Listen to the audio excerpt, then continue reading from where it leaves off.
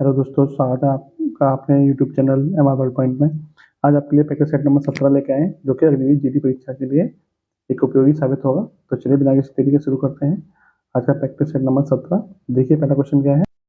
Question दिया है कि प्लासी का युद्ध कब हुआ था। तो प्लासी का युद्ध कब हुआ था? तो 23 जून 1757 को प्लासी का युद्ध हुआ था। किन किन के बीच में हुआ था तो वो देख लीजिए आप। प्लासी का जो युद्ध हुआ था वो सिराजुद्दौला सिराजुद्दौला और आपका अंग्रेजों के बीच हुआ था। तो अंग्रेजों की तरफ से किसने लड़ा था युद्ध? तो ये लड़ा था आपका रॉबर्ट क्लाइव ने इसका नेतृत्व किया था। तो सिराजुद्दौला और रॉबर्ट क्लाइव के बीच में युद्ध हुआ था। और इसके अलावा जो महत्वपूर्ण बात है कि इसके सिराजुद्दौला के बाद में जो इसका नवाब बना था, जो बंगाल का नवाब बना था, वो कौन बना था? वो बना था आपका मीर जाफर। तो कौन था वो? जो अंग्रेजों का एक तरह से पपेट था। ठीक है, अंग्रेजों के सारे पे ही काम करता था। अगला क्वेश्चन देखिए। अगला क्वेश्चन क्या है कि अष्टछाप की स्थापना किसके द्वारा की गई थी? तो अष्टछाप की स्थापना की गई थी वो आचार्य विठलनाथ के द्वारा की गई थी। अष्टछाप क्या था? तो ये 8 कवियों का एक ग्रुप था। उस ग्रुप की स्थापना किसने की थी? विठलनाथ ने 8 कवियों का एक ग्रुप बनाया था, उसको ही अष्टछाप कहा गया है। ठीक है, नेक्स्ट क्वेश्चन है कि सौरमंडल का सबसे गर्म ग्रह कौन सा है? सौरमंडल सबसे गर्म ग्रह कौन सा है? तो वो है आपका शुक्र। शुक्र के बारे में जानकारी देखते हैं।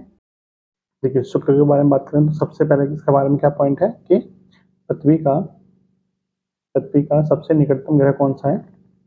सबसे निकटतम निकटतम ग्रह कौन सा है? तो वो आपका शुक्र ही है। दूसरी बात, सबसे गर्म ग्रह कौन सा है? सबसे गर्म ग्रह कौन सा है? तो सबसे गर्म ग्रह भी कौन सा है? शुक्र है। सबसे ज्यादा गर्म क्यों है? क्योंकि इसमें CO2 का यानी कार्बन डाइऑक्साइड का क्या मिलता है? वातावरण मिलता है, जो कि हीट को एब्जॉर्ब कर लेता है, जिससे क्या होता है ग्रह ज्यादा गर्म हो जाता है। तीसरा पॉइंट क्या है? सबसे ज्यादा चमकीला ग्रह कौन सा है? तो सबसे ज्यादा चमकीला जो ग्रह है वो भी कौन सा है? वो भी आपका शुक्र ही है। इसके अलावा इसको प्रेशर कुकर के समान ग्रह बोला जाता है, यानी प्रेशर कुकर के समान जो ग्रह है वो कौन सा है? वो भी आपका कौन सा है? वो भी आपका शुक्र ग्रह है। इसके अलावा इसको पृथ्वी की बहन भी कहा जाता है, पृथ्वी की बहन। और सांझ का तारा और सुबह का तारा, उपनामों से भी सुबह का तारा, इतने सारे उपनामों से इसे जाना जाता है। ठीक है, ये सारे पॉइंट्स इसके बारे में, तो आप ध्यान रखिएगा। नेक्स्ट क्वेश्चन देखते हैं। नेक्स्ट क्वेश्चन है कि स्वतंत्र भारत के पहले उपराष्ट्रपति कौन थे? तो स्वतंत्र भारत के पहले उपराष्ट्रपति कौन थे? तो डॉक्टर सर्वपल्ली राधाकृष्णन। ये स्वतंत्र भारत के पहले उपराष्ट्रपति थे जो 2 बार लगातार उपराष्ट्रपति रहे थे। डॉक्टर सर्वपल्ली राधाकृष्णन के जन्म दिवस को शिक्षक दिवस के रूप में मनाया जाता है। तो राष्ट्रीय शिक्षक दिवस का मनाया जाता है 5 सितंबर को। ठीक है, 5 सितंबर को राष्ट्रीय शिक्षक दिवस मनाया जाता है, जो किनके जन्म दिवस के रूप में मनाया जाता है? तो डॉक्टर सर्वपल्ली राधाकृष्णन के जन्म दिवस के रूप में राष्ट्रीय शिक्षक दिवस मनाया जाता है। इसके अलावा बात करें डॉक्टर राजेंद्र प्रसाद की, तो ये भारत के पहले राष्ट्रपति थे। प्रथम राष्ट्रपति कौन थे? डॉक्टर राजेंद्र प्रसाद थे। ठीक है, और लाल बहादुर शास्त्री कौन थे? तो भारत के द्वितीय प्रधानमंत्री। और उन्होंने एक नारा दिया था, जय जवान जय किसान। जय जवान जय किसान का नारा किसने दिया था? तो लाल बहादुर शास्त्री ने जय जवान जय किसान का नारा दिया था। तो ये सारी चीजें हैं, ध्यान रखिएगा। नेक्स्ट क्वेश्चन देखते हैं। उड़ान का विस्तारित रूप क्या है? उड़ान का विस्तारित रूप क्या है? उड़े देश का आम नागरिक, यानी ऑप्शन नंबर डी क्या हो जाएगा आपका राइट आंसर। उड़ान योजना कब शुरुआत हुई थी? तो उड़ान योजना की शुरुआत की गई थी वो 27 अप्रैल 2017 को इसकी शुरुआत की गई थी। ठीक है, नेक्स्ट क्वेश्चन देखिए। शतरंज बोर्ड में कितने वर्ग होते हैं? तो शतरंज बोर्ड में कितने वर्ग होते हैं? तो इसमें होते हैं 64 वर्ग होते हैं। ठीक है, देखिए 8 तो इस तरह से होते हैं, 8 इस लाइन में होते हैं और 8 इस लाइन में होते हैं। ठीक है, कुल मिला कितने हो जाएंगे? कुल मिला के 64 आपके वर्ग बन जाएंगे। इस बात करें शतरंज के खिलाड़ियों की, सबसे प्रसिद्ध खिलाड़ी कौन है? तो वो है आपके विश्वनाथ आनंद। ये भारत के प्रसिद्ध शतरंज खिलाड़ी हैं। इनकी क्या है? इनकी एक आत्मकथा है। इनकी आत्मकथा का नाम क्या है? इनकी आत्मकथा का नाम है माइंड मास्टर। माइंड मास्टर किनकी आत्मकथा है? तो आपकी विश्वनाथ आनंद की क्या है? आत्मकथा है। और ये भारत के पहले ग्रैंड मास्टर भी हैं। ठीक है, प्रथम भारतीय ग्रैंड मास्टर कौन है? तो वो आपके विश्वनाथ आनंद ही है। ठीक है, इसका बात करें भारत की पहली महिला ग्रैंड मास्टर कौन थी, तो भारत की प्रथम महिला ग्रैंड मास्टर कौन थी, तो वो थी आपकी एस विजयलक्ष्मी।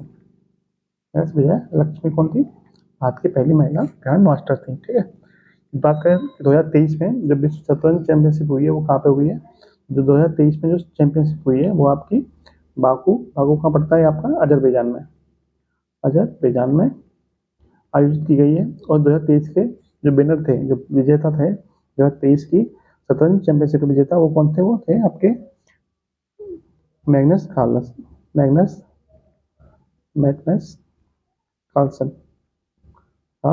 ठीक है, मैग्नस कार्लसन कौन थे, ये विश्व शतरंज चैंपियनशिप 2023 के विनर थे। ठीक है, कहाँ पर आयोजित की गई है, तो ये बाकू जगह पड़ती है आपकी अजरबैजान में। ठीक है, वहाँ पर आयोजित की गई है। अगला क्वेश्चन देखते हैं, किसी भारतीय नागरिक को सर्वोत्तम सृजनात्मक साहित्यिक कृति के लिए कौन सा पुरस्कार दिया जाता है, तो इसका राइट आंसर हो जाएगा ऑप्शन नंबर बी, ज्ञानपीठ पुरस्कार। 2023 में बात करें, 2023 में ज्ञानपीठ पुरस्कार किसको दिया गया है, तो ये दिया गया आपका गुलजार एवं दो लोगों को दिया गया है, राम भद्राचार्य। ये 2024 में बांटा गया है, 2023 का है लेकिन 2024 में दिया गया है। ठीक है, इसके बाद बात करें भारत रत्न की, तो भारत रत्न 2023-24 में 5 लोगों को दिया गया है। ठीक है, 5 लोग कौन कौन है वो, तो वो एक सबसे पहले कर्पूरी ठाकुर बिहार के नेता थे। दूसरे लाल कृष्ण आडवाणी थे। तीसरे थे चौधरी चरण सिंह, और चौथे हैं आपके नरसिम्हा राव, और 5वें हैं आपके हरित क्रांति के जनक एम एस स्वामीनाथन। ये 5 लोगों को क्या है, भारत रत्न दिया गया है। बात करें साहित्य अकादमी पुरस्कार किसको मिला है, साहित्य अकादमी पुरस्कार मिला है संजीव को। इनकी पुस्तक है मुझे पहचानो, उसके लिए ये पुरस्कार दिया गया है, मुझे पहचानो, उसके लिए वाला पुरस्कार आपको इनको दिया गया है। ठीक है, नेक्स्ट देखिए, नेक्स्ट क्या है, ट्रेडमार्क क्या है, तो ट्रेडमार्क क्या होता है, अपने उत्पाद को दूसरे से भिन्न करने के लिए निर्माता द्वारा अपनी वस्तु पर लगाया निशान क्या कहलाता है, ट्रेडमार्क कहलाता है।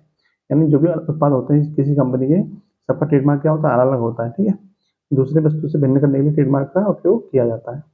पहला क्वेश्चन देखिए, क्वेश्चन दिया है कि चीन के साथ हुए वर्ष 1962 के युद्ध के समय भारत के प्रधानमंत्री कौन थे, तो उस समय प्रधानमंत्री कौन थे, तो पंडित जवाहरलाल नेहरू भारत के प्रधानमंत्री थे। ठीक है, तो पंडित जवाहरलाल नेहरू भारत के फर्स्ट पीएम भी थे, यानी पहले प्रधानमंत्री भी कौन थे, तो वो आपके पंडित जवाहरलाल नेहरू ही थे। इनकी कुछ पुस्तकें हैं, उनके नाम क्या है, भारत की खोज,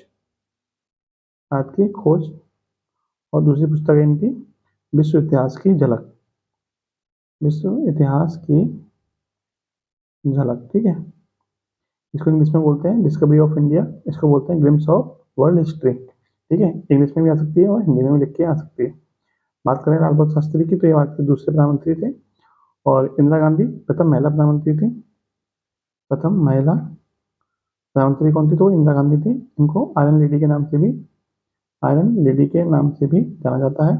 इसके अलावा मोरारजी देसाई पहले गैर कांग्रेसी कौन थे, पीएम थे, यानी प्रधानमंत्री थे। पहले गैर कांग्रेसी प्रधानमंत्री कौन थे, तो मोरारजी देसाई थे। अगला क्वेश्चन देखिए, निम्न में से किस महाद्वीप को काला महादेश कहा जाता है, तो काला महाद्वीप के नाम से या काला महादेश देश के नाम से किस महाद्वीप को जाना जाता है, तो वो है आपका अफ्रीका महाद्वीप। ठीक है, एक होता है श्वेत महाद्वीप। ठीक है, एक होता है श्वेत महाद्वीप, यानी सफेद महाद्वीप किसको कहा जाता है, तो वो कहा जाता है आपका अंटार्कटिका को श्वेत महाद्वीप के नाम से भी जाना जाता है। बात करें दक्षिण अमेरिका को क्या कहते हैं, तो इसको कहते हैं सांपों का महाद्वीप किसको कहते हैं, तो दक्षिण अफ्रीका को सांपों का या फिर पक्षियों का महाद्वीप भी कहते हैं। ठीक है, सांपों के अलावा पक्षियों का महाद्वीप भी किसे कहते हैं, दक्षिण अमेरिका को कहा जाता है। फिर बात करें एशिया को, तो एशिया को मानव सभ्यता का पालना कहा जाता है। मानव सभ्यता का पालना तो कहा जाता था, वो एशिया को कहा जाता है। ठीक है, नेक्स्ट क्वेश्चन देखिए, पोलियो वैक्सीन की खोज किसने की थी, तो पोलियो वैक्सीन की जो खोज की थी वो जॉन साल्क ने की थी। और कब की थी खोज, तो ये 1955 में की थी। ठीक है, जॉन साल्क ने 1955 में पोलियो वैक्सीन की खोज की थी। और ये पोलियो रोग किससे फैलता है, तो पोलियो रोग वायरस यानी कि विषाणु के द्वारा फैलता है, विषाणु या वायरस के द्वारा फैलता है। इसके अलावा बात करें कि जो लैंड स्टीनर नाम दे रखा है ये किस लिए प्रसिद्ध है? तो इन्होंने क्या किया था, रक्त समूह की खोज, रक्त समूह मतलब ब्लड ग्रुप की खोज किसने की थी? तो कार्ल लैंड स्टीनर ने ही ब्लड ग्रुप की खोज की थी। ठीक है, इसके अलावा क्वेश्चन आपसे यदि ये पूछ लिया जाए कि भारत को पोलियो मुक्त कब किया गया है? भारत पोलियो मुक्त कब हुआ? पोलियो मुक्त कब हुआ? तो ये डेट है इसकी 27 मार्च 2014, 27 मार्च 2014। और भारत का वो पहला कौन सा राज्य है जो पोलियो मुक्त हुआ था? तो प्रथम राज्य जो पोलियो मुक्त हुआ है वो कौन सा है? वो है आपका तमिलनाडु, तमिलनाडु। तो पोलियो से संबंधित जो भी क्वेश्चन थे मैंने आपको करा दिए। अब नेक्स्ट क्वेश्चन देखिए। नेक्स्ट क्वेश्चन क्या है कि लोकतांत्रिक शासन व्यवस्था के कितने स्तंभ होते हैं? तो लोकतांत्रिक शासन व्यवस्था के कितने स्तंभ होते हैं? तो 4 स्तंभ होते हैं। कितने होते हैं? 4। कौन कौन से होते हैं? एक तो विधायिका होती है, एक न्यायपालिका और एक आपकी कार्यपालिका। उसके अलावा चौथा स्तंभ होता है आपका प्रेस वाला, मीडिया वाला जो स्तंभ होता है, यानी मीडिया किसमें आती है? चतुर्थ पिलर में या फिर चौथे स्तंभ में आती है। ठीक है, नेक्स्ट क्वेश्चन है विश्व बैंक का मुख्यालय कहाँ स्थित है? विश्व बैंक का मुख्यालय कहाँ है? वाशिंगटन डीसी में। यहीं पे किसका मुख्यालय भी है? IMF का मुख्यालय भी कहाँ है? तो वाशिंगटन डीसी में है। रोम में किसका मुख्यालय है? तो FAO यानी कि फूड एंड एग्रीकल्चर ऑर्गेनाइजेशन, खाद्य एवं कृषि संगठन का मुख्यालय कहाँ है? तो रोम में है। और जेनेवा में किसके मुख्यालय है? तो WTO यानी वर्ल्ड ट्रेड ऑर्गेनाइजेशन, विश्व व्यापार संगठन, WHO विश्व स्वास्थ्य संगठन, ILO अंतर्राष्ट्रीय लेबर ऑर्गेनाइजेशन यानी कि अंतर्राष्ट्रीय श्रम संगठन का मुख्यालय कहाँ है? तो जेनेवा में इसके मुख्यालय। नेक्स्ट देखिए, कुरुक्षेत्र नामक पुस्तक के लेखक कौन है? कुरुक्षेत्र के लेखक कौन है? तो रामधारी सिंह दिनकर कुरुक्षेत्र के लेखक हैं। इसके अलावा इनकी कुछ और पुस्तकें हैं। तो हुंकार रचना इन्हीं की है, रेणुका। और इसके अलावा आपका रश्मि रथी इन्हीं की ही क्या है? पुस्तकें हैं, हुंकार, रेणुका और रश्मि रथी। इसके अलावा बात करें R.K. नारायण की, तो इनका बहुत प्रसिद्ध नाटक है कौन सा? मालगुडी डेज। ठीक है, मालगुडी डेज किसकी प्रसिद्ध रचना है? तो R.K. नारायण की प्रसिद्ध रचना है। इसके बाद बात करें देवकीनंदन खत्री की, तो इनका एक नाटक है चंद्रकांता, जो किसका नाटक है? तो वो आपका देवकीनंदन खत्री का नाटक है चंद्रकांता। नेक्स्ट क्वेश्चन देखिए, निम्नलिखित में से कौन सी जनजाति भारत में निवास नहीं करती है? देखिए कौन सी जनजाति भारत में निवास नहीं करती है? तो वो आपकी माओरी है जो भारत में निवास नहीं करती है। तो ये कहाँ पर निवास करती है? तो ये आपकी न्यूजीलैंड में निवास करती है। ठीक है, न्यूजीलैंड में निवास करने वाली जनजाति कौन सी है? तो माओरी है। बात करें बकरवाल की, तो ये कहाँ पर निवास करती है?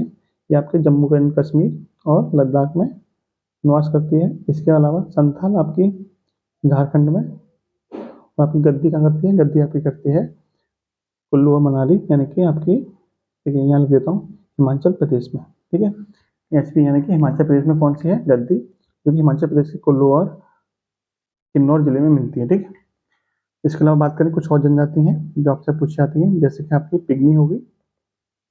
पिग्मी जनजाति कहाँ पाई जाती है? तो ये आपकी कॉन्गो बेसिन में, कॉन्गो बेसिन यानी कि अफ्रीका में पाई जाती है।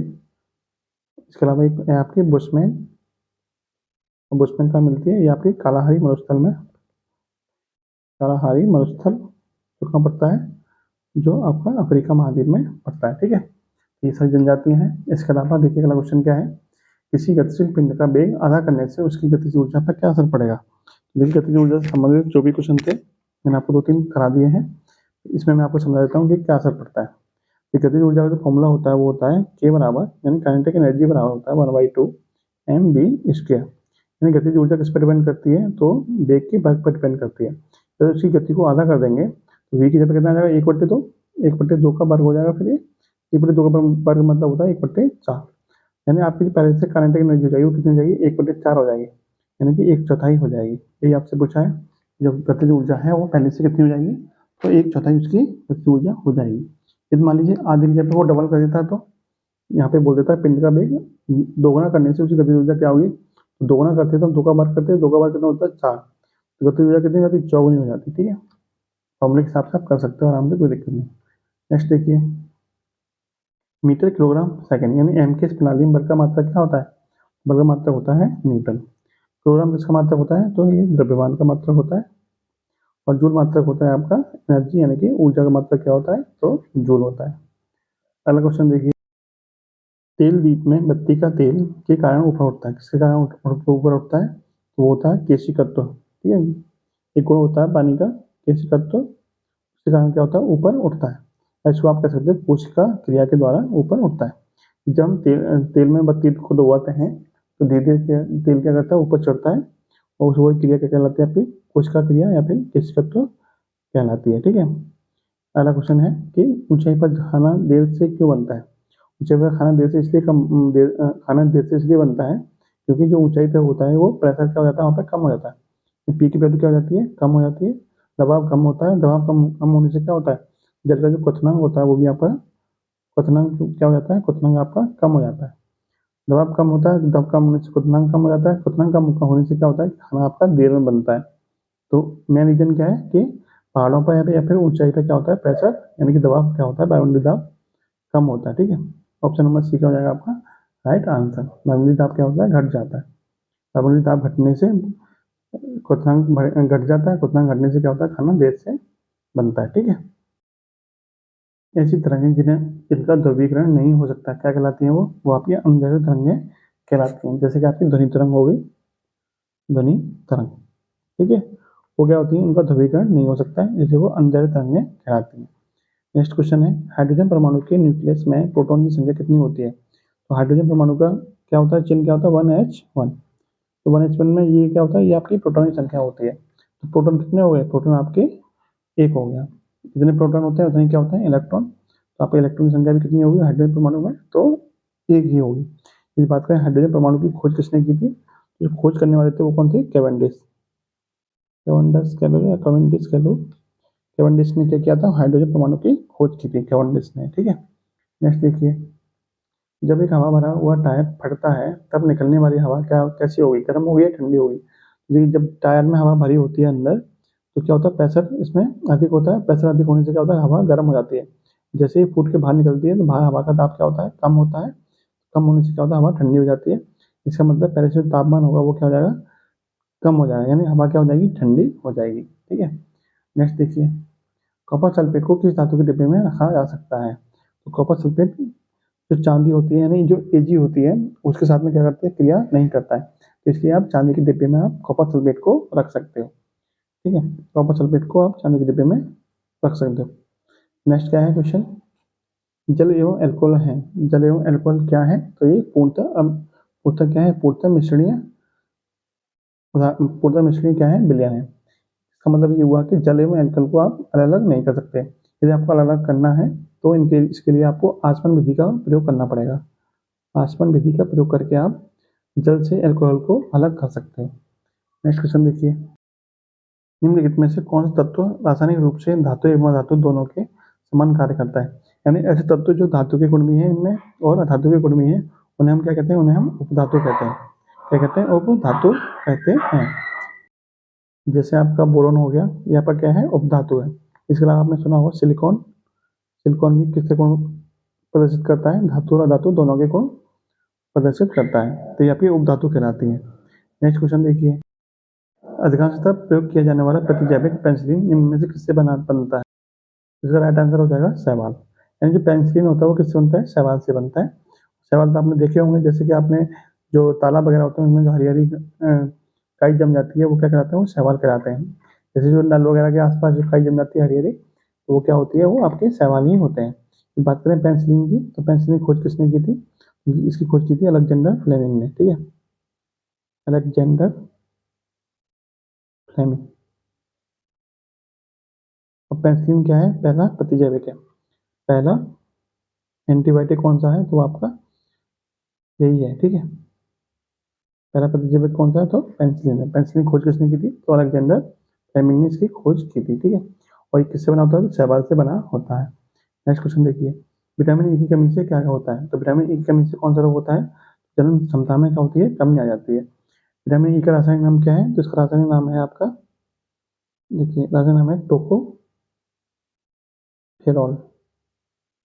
टोकोफेरॉल इसका क्या है? रासायनिक नाम है। यदि बात करें इसको और किस नाम से जानते हैं, तो विटामिन ई को हम ब्यूटी विटामिन या फिर सौंदर्य विटामिन के नाम से भी जाना जाता है।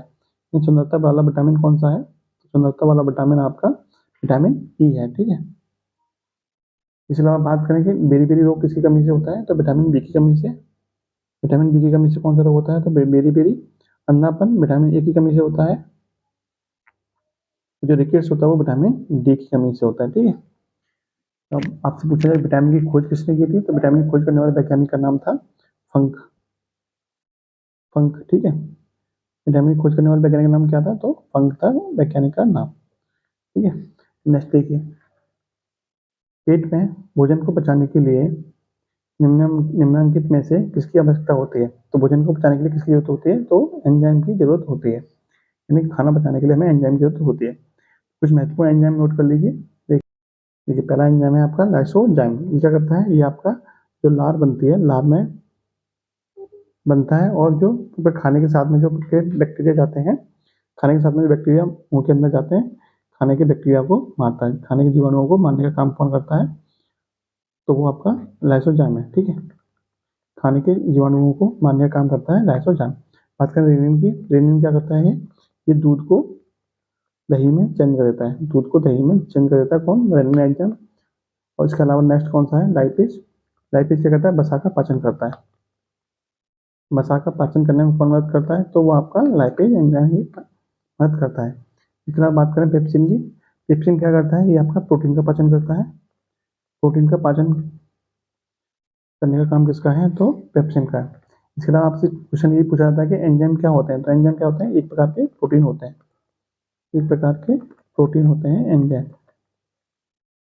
ठीक है, ये सारे पॉइंट हैं, ध्यान रखिएगा। नेक्स्ट क्वेश्चन देखते हैं। क्वेश्चन है नेक्स्ट कि कोलेस्ट्रॉल का सर्वाधिक उत्पादन कहाँ होता है। कोलेस्ट्रॉल का सर्वाधिक जो उत्पादन होता है वो कहाँ होता है, यकृत में होता है। तो लीवर से संबंधित जो भी फैक्ट है वो भी नोट कर लीजिए। देखिए, सबसे बड़ी ग्रंथि कौन सी होती है, तो सबसे बड़ी ग्रंथि आपका लीवर ही होती है। ठीक है, लीवर को और क्या कहते हैं, लीवर को रासायनिक प्रयोगशाला कहा जाता है। शरीर की रासायनिक प्रयोगशाला किस अंग को कहते हैं, तो आपका लीवर ही होता है, यानी यकृत ही होता है। तीसरी बात क्या है कि यदि किसी को जहर दिया जाए, जहर देने के बाद जहर देकर मृत्यु जब हो जाती है किसी की, तो उसके किस अंग की जांच की जाती है, जहर देकर मृत्यु होने पर किस अंग की जांच की जाती है, तो आपके यकृत की जांच ही की जाती है, यानी कि लीवर की जांच ही की जाती है, कि लीवर से ही पता चलता है कि व्यक्ति की मौत जहर देकर हुई है या नहीं हुई है, तो उसका सबसे पहले लीवर का ही परीक्षण किया जाता है। इसके अलावा बात करें कि जो विटामिन ए होता है और विटामिन जो डी होता है, ठीक है, विटामिन ए और विटामिन डी का संचय कहाँ पर होता है, तो आपका लीवर में ही किया जाता है। इसके अलावा बात करें, जब बच्चा माँ के पेट में होता है, यानी जब भ्रूण की अवस्था में होता है, तो उसके लिए आरबीसी यानी कि रेड ब्लड सेल्स, लाल रक्त कणिकाओं का निर्माण कहाँ होता है, तो इनका निर्माण भी किसमें होता है, तो माँ के लीवर में होता है। ठीक है, इसके अलावा बात करें कि ग्लूकोज को ग्लाइकोजन में कौन बदलता है, तो ग्लूकोज को ग्लाइकोजन में बदलने का काम करता है आपका, लीवर। ठीक है, इसके अलावा अमोनिया को यूरिया में कौन बदलता है, वो भी लीवर बदलता है। इसके अलावा जो हिपेरिन होती है, एक प्रोटीन होती है हिपेरिन। हिपेरिन हिपेरिन क्या कौन सी प्रोटीन होती है, जो शरीर के अंदर खून को जमने नहीं देती है, इन नसों में खून को जमने नहीं देती है, वो कौन सी प्रोटीन होती है, वो हिपेरिन होती है। हिपेरिन में क्या बनता है, ये आपका यकृत में बनता है। ठीक है, ये सारे पॉइंट थे, ध्यान रखिएगा। नेक्स्ट क्वेश्चन देखते हैं। क्वेश्चन है, अदरक होता है रूपांतरित किस चीज का रूपांतरित होता है, तो ये आपका तना होता है। मैंने आपको ट्रिक बताई थी कि यदि कोई जैसे कि टेढ़ा मेढ़ा बनता है, इस तरह से कोई आकृति बनी हुई है सब्जी की, तो वो क्या कहलाएगा, तना कहलाएगा। जैसे आप अदरक हो गया, हल्दी हो गई, अदरक हल्दी आलू, ये सब के किसके रूप होते हैं, तो ये आपके तना के रूप होते हैं, यानी जिसमें क्या है गांठें पड़ी होती हैं, वो तने के रूप होते हैं। यदि किसी फल की आकृति इस तरह की है, वी आकार की, ठीक है, तो वो आपका क्या कहलाएगा, वो आपका जड़ का रूप होगा। जैसे मूली, गाजर, शकरकंद, ये सब किसके रूप होते हैं, तो आपके जड़ के रूप होते हैं। ठीक है, सबसे ज्यादा कन्फ्यूजन किसमें होता है, तना में।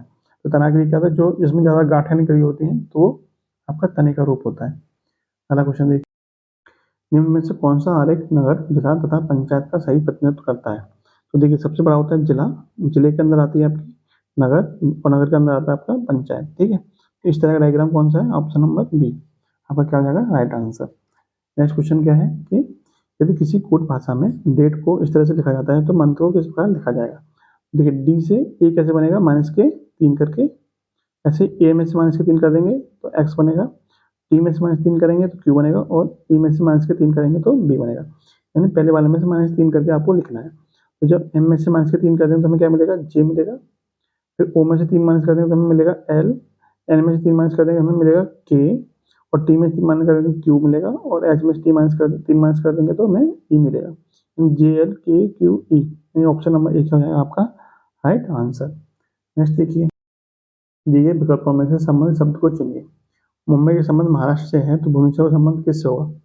महाराष्ट्र की राजधानी क्या है, मुंबई, तो भुवनेश्वर किसकी राजधानी है, तो उड़ीसा की राजधानी कौन सी है, तो भुवनेश्वर है।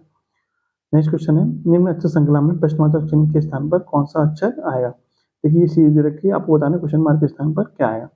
इस क्वेश्चन का आंसर आप कमेंट बॉक्स में बताइएगा, इसका राइट आंसर क्या होगा। नेक्स्ट देखिए, दिए गए विकल्पों में से भिन्न अक्षर युग्म को चुनिए। इसमें भिन्न बता दीजिए, भिन्न कौन सा है। तो देखिए ए का अपोजिट होता है एक्स, सी सॉरी ए का अपोजिट होता है जेड, सी का होता है एक्स, डी का डब्ल्यू, एफ का यू, ई का वी, जी का टी। लेकिन बी का क्या होता है, बाई होता है, और डी का इसमें देख नहीं रखा, समझ लो ये क्या हो जाएगा आपका भिन्न हो जाएगा। भिन्न कौन सा हो जाएगा, बी आपका भिन्न हो जाएगा। नेक्स्ट देखिए, क्वेश्चन है कि एक अंक की सबसे बड़ी संख्या कौन सी होती है। तो एक अंक की सबसे बड़ी संख्या कौन सी होती है, तो आपकी 9 होती है। अगला क्वेश्चन है कि 25 में से इतने घटाएंगे तो कितना बचेगा। तो देखिए कैसे घटाते हैं, 25 लिख लीजिए, और घटाना कितना है, 12.345 को घटाना है। तो यहाँ पे पॉइंट लगा लीजिए, और कितने अंक है, 3 अंक है, 3 जीरो लगा लीजिए, ठीक है। अब उसको घटा दीजिए, तो देखिए यहाँ जीरो में से 5 कटेगा ही, तो यहाँ से हासिल लेंगे तो यहाँ 10 हो जाएगा, 10 में से 5 घटाएंगे 5 बचेगा, यहाँ 9 बचेगा, 9 में से 4 जाएंगे तो 5 बचेगा, यहाँ पे 9 बचेगा, 9 में से 3 गए तो 6 बचेगा, और यहाँ पे एक हासिल ले लिया था, यहाँ पे कितने बचेंगे, यहाँ पे 24 बचेंगे, और 24 में से 12 जाएंगे तो कितना बचेगा, 12। 12.655 किस में है, ऑप्शन नंबर ए में है, जो कि आपका क्या हो जाएगा राइट आंसर। नेक्स्ट क्वेश्चन देखिए, क्वेश्चन दिया है कि a माइनस 1/a बराबर b, तो a square plus 1/a square बराबर क्या होगा। तो देखिए जब हम इसका वर्ग कर देंगे, दोनों साइड से वर्ग कर देंगे तो हमें क्या मिलेगा, तो हमें मिलेगा a square plus 1/a square minus के 2 मिलेगा, ठीक है। ए बी से ए से कट जाएगा, 2 बचेगा, बराबर हो जाएगा आपका बी स्क्वायर के। और ये वैल्यू आपसे पूछिए, ये माइनस का 2 इधर जाएगा, प्लस के 2 हो जाएगा, तो ये अब इधर हो जाएगा आपका बी स्क्वायर प्लस के 2, इधर बचेगा आपका ए स्क्वायर प्लस के 1/a स्क्वायर, जो कि आपसे पूछा है। तो इसकी वैल्यू कितनी आ गई, इसकी वैल्यू आएगी बी स्क्वायर अपॉन में बी स्क्वायर प्लस के 2। नेक्स्ट देखिए, आयत का क्षेत्रफल क्या होता है। तो देखिए मान लीजिए आपका ये आयत बना हुआ है, ठीक है, इसकी लंबाई कितनी एल है, उसकी चौड़ाई कितनी है बी है। तो इसका क्षेत्रफल क्या होता है, लंबाई गुणा चौड़ाई, यानी एल इंटू बी क्या होता है, इसका क्षेत्रफल होता है। क्षेत्रफल का फॉर्मूला क्या हो जाएगा, ऑप्शन नंबर ए लंबाई गुणा चौड़ाई। यदि आपसे इसकी परिमाप पूछा जाए तो परिमाप क्या होती है, परिमाप होती है 2 गुणा लंबाई प्लस चौड़ाई, 2 गुणा एल प्लस बी, जो कि ऑप्शन नंबर डी में दे रखी है। ये आपकी परिमाप का फॉर्मूला है, और ये आपका क्षेत्रफल का फॉर्मूला है। नेक्स्ट देखते हैं, एक हेक्टेयर में कितने वर्ग मीटर होते हैं। तो देखिए हेक्टेयर बनता कैसे, मान लीजिए ये कोई एक आपका वर्ग है, ठीक है, जिसकी चारों भुजाएं क्या है, समान है। यदि इसकी ये वाली भुजा 100 मीटर की है, और ये वाली भुजा भी क्या है, 100 मीटर की है, तो इसका जो क्षेत्रफल होगा वो कितना होगा, 1 हेक्टेयर होगा। यानी 100 इंटू 100 कितने बराबर होते हैं, ये 100 मीटर की है, ये वाली भुजा 100 मीटर की है, ये भी क्या है मीटर में है, तो 100 इंटू 100 कितना होता है, 10,000। तो 1 हेक्टेयर में कितने वर्ग मीटर होते हैं, तो 10,000 वर्ग मीटर होते हैं, ठीक है। हेक्टेयर कैसे बनता है, 100 इंटू 100 करके हेक्टेयर बनता है। नेक्स्ट है कि cot 90 माइनस थीटा किसके बराबर होता है। तो cot 90 माइनस थीटा किसके बराबर होता है, tan थीटा के बराबर होता है, ठीक है। अगला क्वेश्चन है कि 916 गुणा क्वेश्चन मार्क गुणा 3 21 43 और 44 के बराबर है, तो क्वेश्चन मार्क के स्थान पर क्या आएगा। तो देखिए सॉल्व करते हैं इसको। देखिए ये क्वेश्चन दिया हुआ है, मैंने क्वेश्चन मार्क के स्थान पर क्या मान लिया, एक्स मान लिया। हमें एक्स की वैल्यू चाहिए कितनी आएगी। तो देखिए कैसे करेंगे, देखिए एक्स बराबर यहाँ से मिल जाएगा आपको 21 43 44 बटे में 916 गुणा 3, ठीक है। इधर जो गुणा में वो संख्या इधर जाके भाग में आ जाएगी, 3 से काटेंगे इसको, 3 सत्ते 21, 3 एकम 3, 3 चौक 12, 3 चौक 12 और 3 8 24, इतनी बार कटेगा, ठीक है। अब इतने में इसका भाग देंगे कितना आएगा, तो देखिए यानी कि 71448 में जब हम 916 का भाग करेंगे तो ये हमारा मिल जाएगा 78, ठीक है। तो एक्स की वैल्यू कितनी मिल जाएगी हमको, 78।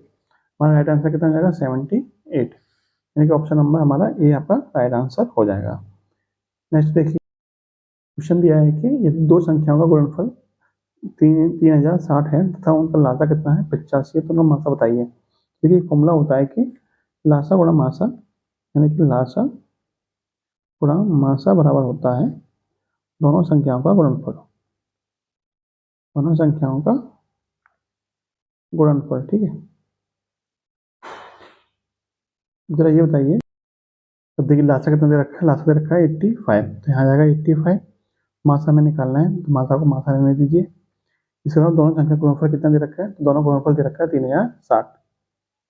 क्लियर, इसको सॉल्व कर लेंगे तो यहाँ से मासा बराबर मिल जाएगा हमको, मासा बराबर 3060 बटे में 85। तो सॉल्व कैसे करेंगे, देखिए 85 आपका 17 से कटता है, 17 पंजे 85, 17 से ये कटेगा आपको 17 एकम 17, 13 बचे 17 136, यानी 180 बार कटेगा, और 5 से 180 कटेगा आपका 36 बार। तो यानी कि हमारा मासा बराबर कितना आ जाएगा, मासा बराबर हमारा मिल जाएगा 36। हमारा राइट आंसर कितना जाएगा 36, ऑप्शन नंबर डी। नेक्स्ट देखिए, 30 कुंटल 2 मीट्रिक टन का कितना प्रतिशत होता है। तो देखिए 1 मीट्रिक टन में कितने कुंटल होते हैं, तो 1 मीट्रिक टन में होते हैं आपके 10 कुंटल। ठीक है, यानी 1 मीट्रिक टन में, 1 मीट्रिक टन में कितने कुंटल होते हैं, 10 कुंटल कह लीजिए या फिर 1000 किलोग्राम कह लीजिए, 10 कुंटल या फिर 1000 किलोग्राम। ठीक है, तो 2 मीट्रिक टन में कितने कुंटल हो जाएंगे, तो 2 मीट्रिक टन में हो जाएंगे आपके 20 कुंटल, 20 कुंटल। ठीक है,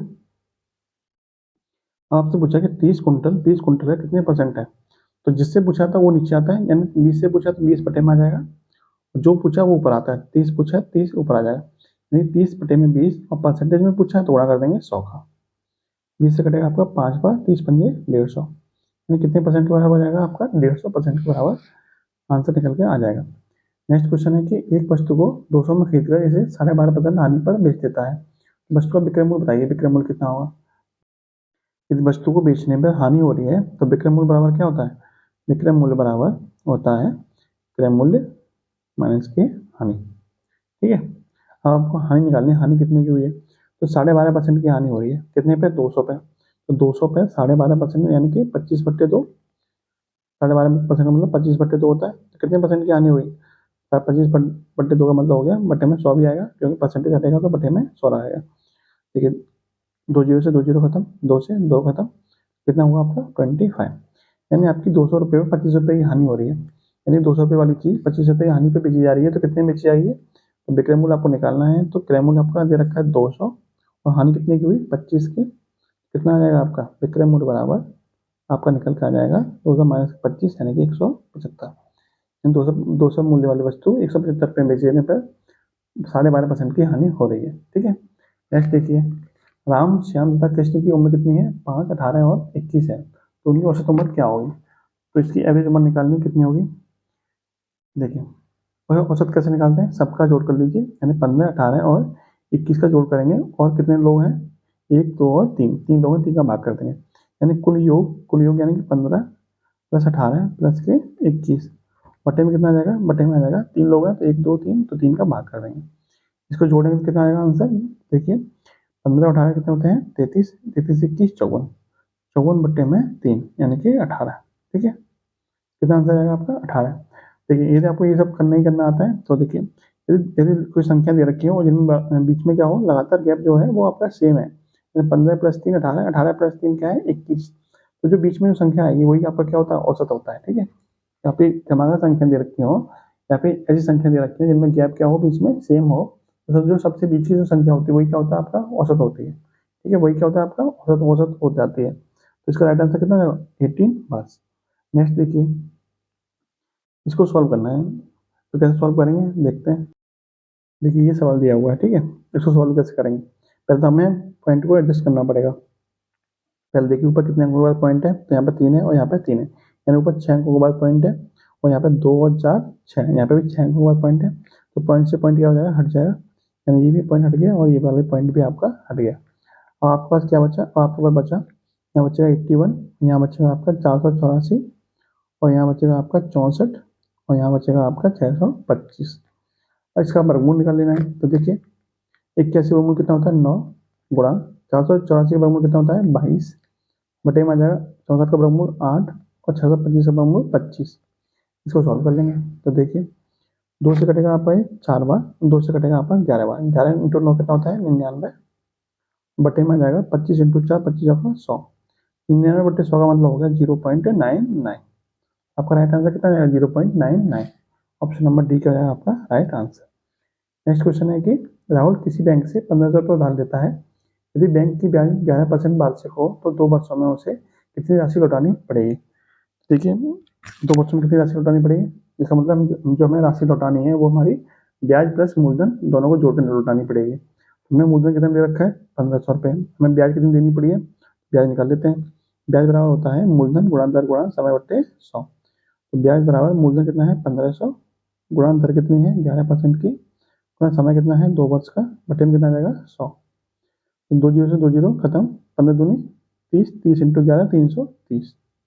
हमारी जो ब्याज मिली हमें देनी पड़ेगी वो कितनी देनी पड़ेगी 330 रुपये की देनी पड़ेगी। हमारा मूलधन कितना है 1500 रुपये, तो कुल मिलाकर हमें देना कितना पड़ेगा 1830। ठीक है, तो हमें कितना देना पड़ेगा 1830 रुपये में ब्याज प्लस मूलधन दोनों को मिला के देने पड़ेंगे। ऑप्शन नंबर सी क्या हो जाएगा आपका राइट आंसर। अगला क्वेश्चन देखिए 49। देखिए ये अनुपात वाला क्वेश्चन है। इस टाइप क्वेश्चन में इससे पहले बार प्रैक्टिस सेट में कराया था, तो आप वहां से देखिए आराम से, इसको सॉल्व करके आप कमेंट बॉक्स में बता दीजिए कि इसका राइट आंसर क्या होगा। ठीक है, लास्ट क्वेश्चन देखिए आज का, और ये आज का लास्ट क्वेश्चन है। वीडियो आपको कैसी लगी जरूर बताइएगा कमेंट बॉक्स में। देखिए क्वेश्चन क्या है, एक रेलगाड़ी 100 मीटर लंबे पुल को 42 किलोमीटर प्रति घंटा की चाल से चलते हुए 18 सेकंड में पार कर देती है, तो रेलगाड़ी की लंबाई कितनी होगी। देखिए जब भी रेलगाड़ी किसी पुल को पार करेगी, मान लीजिए आपका पुल बना हुआ है और जो रेलगाड़ी की लंबाई है वो कितनी है एल लंबाई की रेलगाड़ी है। ठीक है, जब भी इस पुल को पार करेगी तो इसको पुल को पार करने के लिए उसे कितनी दूरी तय करनी पड़ेगी, एक तो ये पुल की लंबाई बराबर प्लस जो इसकी अपनी लंबाई होगी उस लंबाई के बराबर दूरी कवर करनी पड़ेगी। ठीक है, अपनी लंबाई एल प्लस इसकी लंबाई एक्स दोनों की लंबाई के जोड़ के बराबर ऐसे दूरी कवर करनी पड़ेगी, तब जाके क्या करेगी ट्रेन प्लेटफॉर्म को पार कर पाएगी। तो दूरी कितनी होगी, दूरी होगी आपकी, इसकी हमने लंबाई मानी थी ट्रेन की एल मानी थी, और प्लेटफॉर्म की लंबाई कितनी दे रखी है 100 मीटर, यानी कुल मिला के इतनी दूरी चलनी पड़ेगी प्लेटफॉर्म को पार करने के लिए।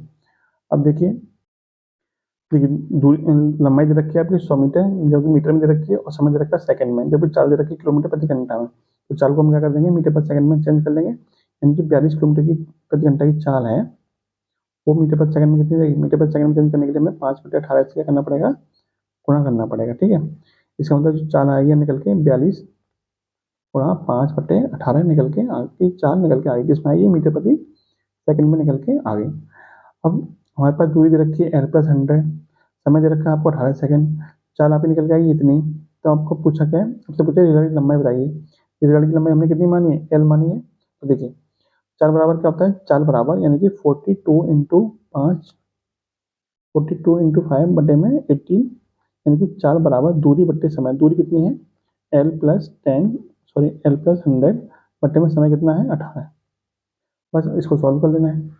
ये कैसे सॉल्व करेंगे, 18 से ये 18 कट जाएगा, 42 में कितना होता है 210 और एल प्लस 100, और 100 ही प्लस का इधर जाएगा माइनस का हो जाएगा, कितना आ जाएगा 210 माइनस के 100, तो एल बराबर मिल जाएगा आपको 210 माइनस के 100 यानी कि 110 मीटर। ठीक है, तो रेलगाड़ी कितनी लंबी मीटर कितनी लंबाई की है, तो 110 मीटर लंबाई की रेलगाड़ी है।